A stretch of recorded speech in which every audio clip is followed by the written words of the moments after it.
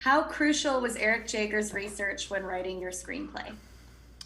Uh, Eric Eric Critical. Eric Jager's research was absolutely critical for us, and though I must say, as you can see, if you read the book, you'll see the movie. It's very much a movie that's adapted from that book, and but interestingly enough, the centerpiece of our movie is Marguerite de Carouge, and very little it was really known about her because the men tended to write down everything they were thinking and feeling, but they didn't really.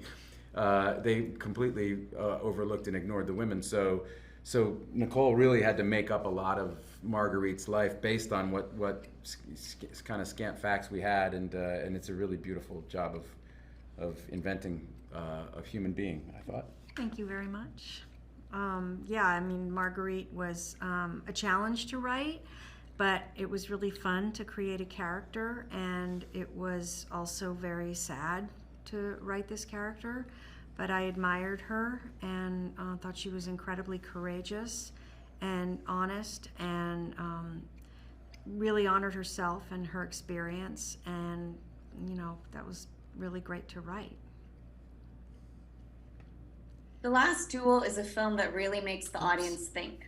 Was that something you set out to do when writing the screenplay? We wanted The Last Duel to be a movie that would make people feel something. And I think that's always the goal, in particular with this movie, because it's about people who don't see or recognize even the basic humanity of others, in particular women. Not to mention at the time, the whole peasantry class and so on, a society that was so rigidly hierarchical, and that hierarchy was rooted in gender and class and ancestry, where only a very narrow slice of people had the opportunity to even advance themselves or have any kind of life where they were respected by others. We wanted to show, I think, or at least we were mindful of, the basic need to be, to actually see others for who they are, and to recognize that all human beings deserve respect and the same opportunity to flourish and care for their families and be happy. And that was denied to a whole segment of the population, and in fact in many ways continues to be much more difficult for people, is an obvious fact. So we didn't want to teach a lesson in that. We didn't think that we had discovered that. We simply want to tell a story about an extraordinary woman who did incredible things, who we think, look, you just benefit from. A great story is a great story. Her story is a great story. That it happens to be a true story makes it even better, because the audience just then knows, oh my God, this is real. This took place. And that only adds to the power of your storytelling. And really what we, I think, wanted was just to hope that it would be good, because if it was good, it would affect people and create some empathy and compassion in the audience. What does this story say about chivalry and gender?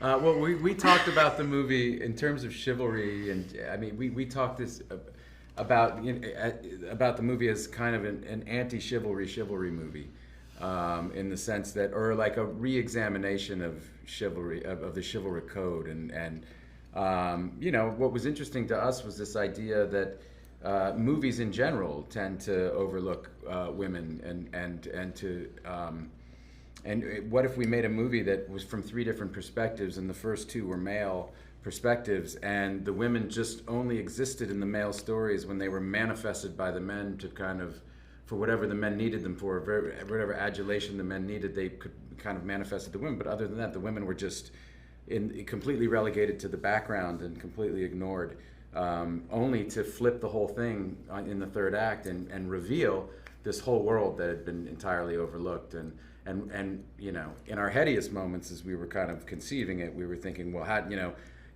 can we implicate the audience, can in this, to have them think, wow, I haven't even noticed for two acts of this movie that these women have been entirely ignored, because I'm so acculturated myself to seeing movies like this. So that was kind of one of the